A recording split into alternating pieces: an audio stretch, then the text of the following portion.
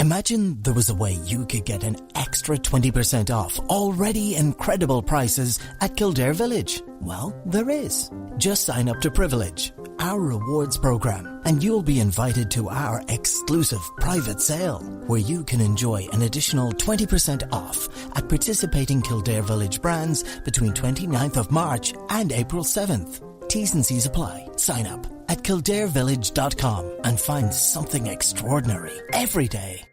Kind of vamped up the drama going on. It's kind of cool. You got Robert Kraft running around, the whole AB situation going on. Kyler Murray choosing between baseball, and now might go first overall, even though he's 5'3" or something. I mean, the NFL. I guess Goodell's been watching how fun NBA free agency is, so he must send like a memo out to the teams.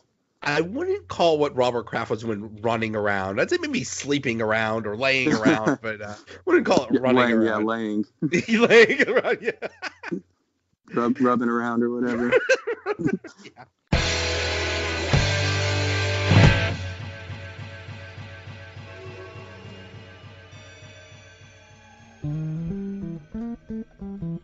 The Donut Bag is brought to you by SeatGeek. SeatGeek is the smart way to buy and resell tickets. It takes confusion out of buying tickets. They put a 0 to 10 score on each ticket to let you know if you're getting a good or bad deal. Use promo code DonutBag to get $20 off your first purchase. Go to SeatGeek.com or get the SeatGeek app. SeatGeek, life's an event. We have the tickets. What's going on, everybody? Welcome to another episode of the Donut Bag, part of the Pod Hub Network.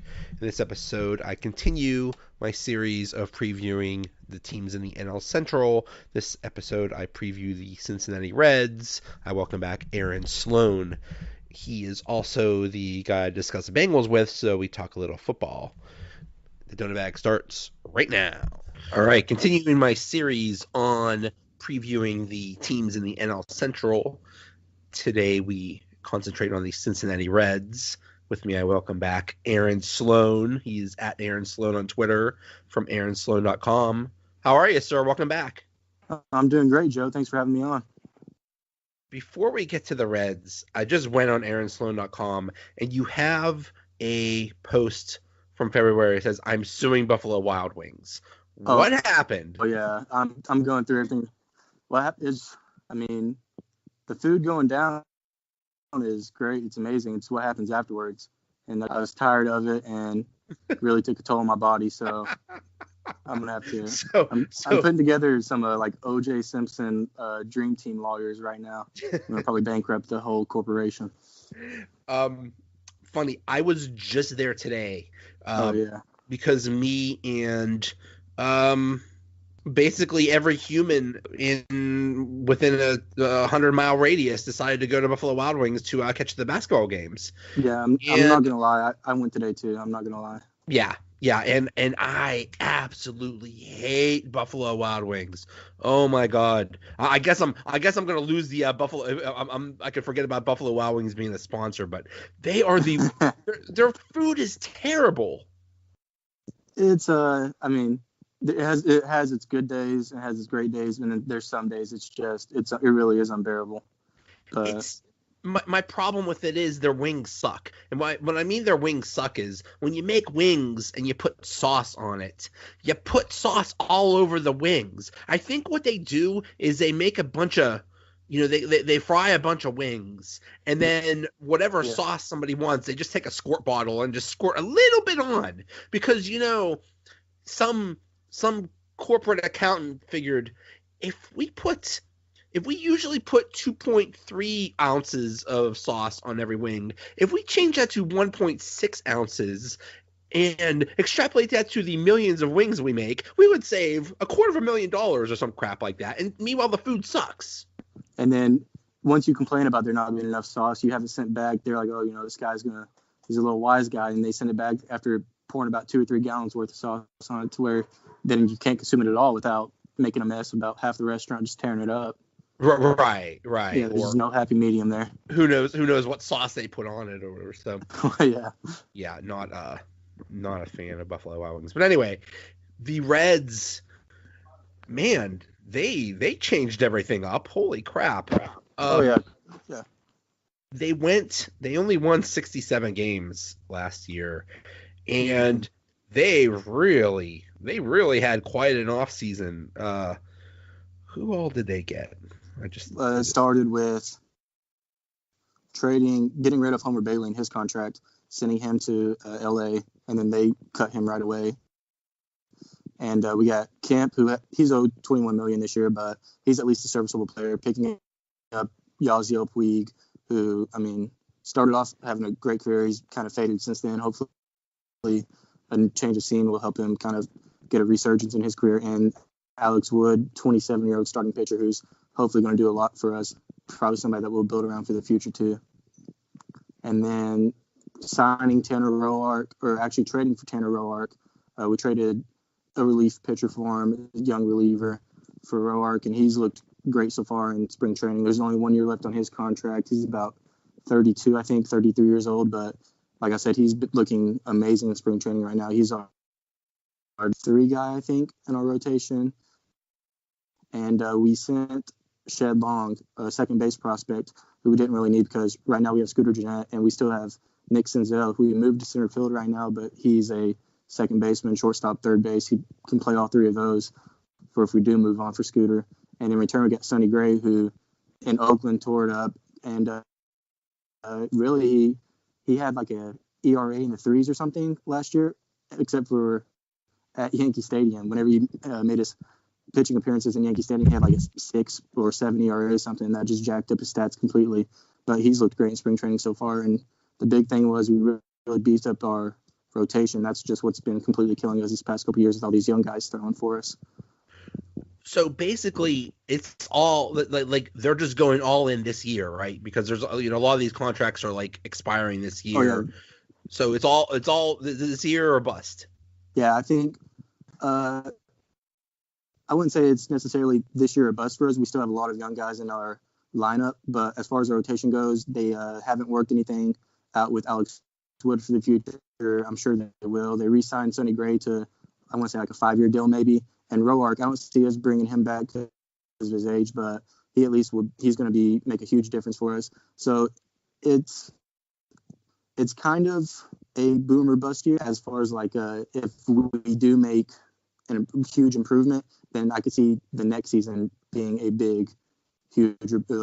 bigger bust year where they might try to bring someone else, a big name man, a big contract guy that might be expiring and then go for it the next season. But I think this season right now is setting it up to see if they're going to make that step or maybe just try to restart and go back to not necessarily rebuilding, but focusing on developing the young guys.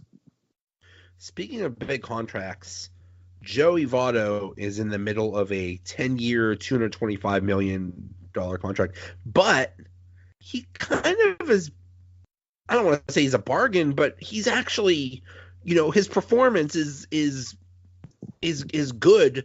So it kind of lives up to that contract. Yeah, he's definitely our franchise player, has been for a long time. He's coming off what he consider a down year. He hit somewhere in the 290s. I want to say he still led the league in OBP, which, I mean, basically 20 plus million a year to walk. But hey, as long as you get on base and create runs, that's what really matters.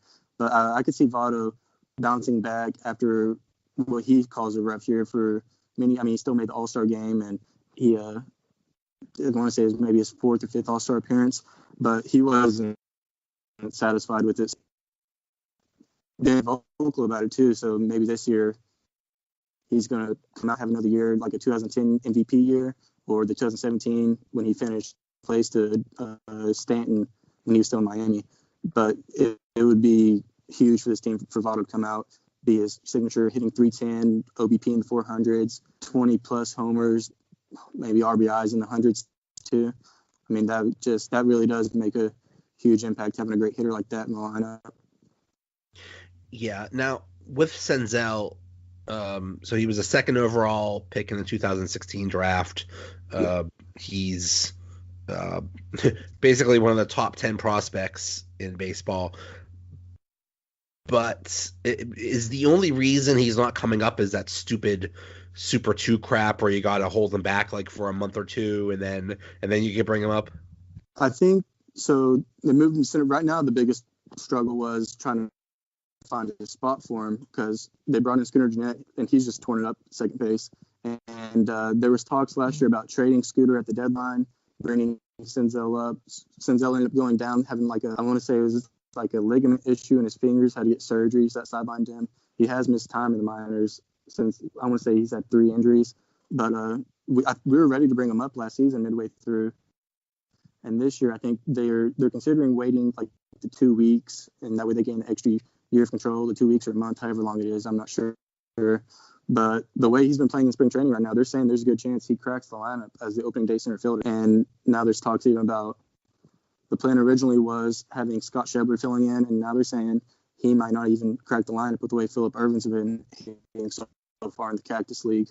But Senzel, I'm really not sure what they're going to do. I don't know if they're going to wait to bring him up or put him in the opening day lineup, but we should find out any day now. Interesting. Okay. So how do you think, I mean, the NL Central is just so loaded. It just sucks that the Pirates and the Reds have to be in such a competitive division. How do you think that the Reds will show? I've seen some projections of them going like 81 and 81. Yeah, I would be completely fine with that just because of how tough this division is. I mean, they have arguably a top 10 lineup in baseball, and it doesn't matter because they have the Cubs still. The Cardinals made a lot of moves this offseason to improve. And then, of course, the Brewers, who won the division last year and just were red hot, had Christian Yelich just go crazy. But best I can see right now, just because of how good the other teams are, is maybe 81, like you said, in 4th place finish. Anything but last, I will be okay with right now, honestly. And then a 500 record I'd be happy with that for now. But who knows? Maybe injuries hurt the Cubs or something. The Cardinals pickups, they don't pan out. Goldschmidt, maybe he doesn't work out with the Cardinals for some stupid reason. Probably, I mean, who knows? But yeah, 4th is, I would be happy with that. It's kind of like in semi-pro, the Flint Tropics playing for 4th place so they can get into the NBA merger. Everyone's chanting 4th place. Yeah. It is funny that they say on paper, all these things are supposed to happen, and usually the projections go right out the window. Actually, I'm looking at the batting projections. My goodness, I think basically everybody's projected to hit at least 20 or 30 home runs, which is amazing. I'm a Pirates fan, and we would dream of anything like that. We'll be lucky if we have one guy that's 20 home runs. Yeah, well, it helps. We definitely also get a bump in those projections too, playing in Great American Ballpark, one of the more hitter-friendly parks. So that really helps our lineup out a lot. Playing 81 games there, we're able to kind of boost the numbers up. Yeah. Hey, can we talk about the Bengals for a minute? Oh yeah, man. I mean, I'd rather talk about the Steelers. Let's talk about that. The dumpster fire is what it sounds like right now. The Steelers are better than any soap opera or reality show going on. I mean, they're amazing. Yeah, you got Big Ben fumbling the ball because he hates Todd Haley apparently, and Antonio Brown dyeing his mustache, demanding to get out of there. Le'Veon, he was already out of there. Le'Veon is the funniest because he gambled and lost. Like the Steelers made him a pretty good contract, and he said, "No, I'm sitting out the year." And then he gets a lesser contract from the Jets, and now to make himself look good, he's like, "Oh, well, I didn't come back because the Steelers they're not nice to me and they didn't treat me well." Like, shut up, dude! You threw away millions of dollars. I mean, it's hard to feel bad about a guy that ends up with like $25 million guaranteed. It's hard to say a guy like that lost, but he basically threw away like tens of millions of dollars. Like, I mean, he would have made like 14, 15 alone last year from the franchise tag. Exactly. And the Steelers offered him like a 5-year, $70 million contract, and now I think he signed for like 50 some million or something. Like, dude, whatever. He's crazy in the first place for thinking an NFL or a running back's going to get that kind of money in the NFL. Exactly. After seeing so many guys like Phillip Lindsay in Denver, who wasn't even drafted, stepped up, had a huge year. James Conner easily replaced Le'Veon. I mean, I wouldn't say he's as talented as Le'Veon, but he produced almost just as much. That's the thing. You could get a running back cheap. You don't have to spend $14 million on a guy because you could get something almost as good for a tenth of the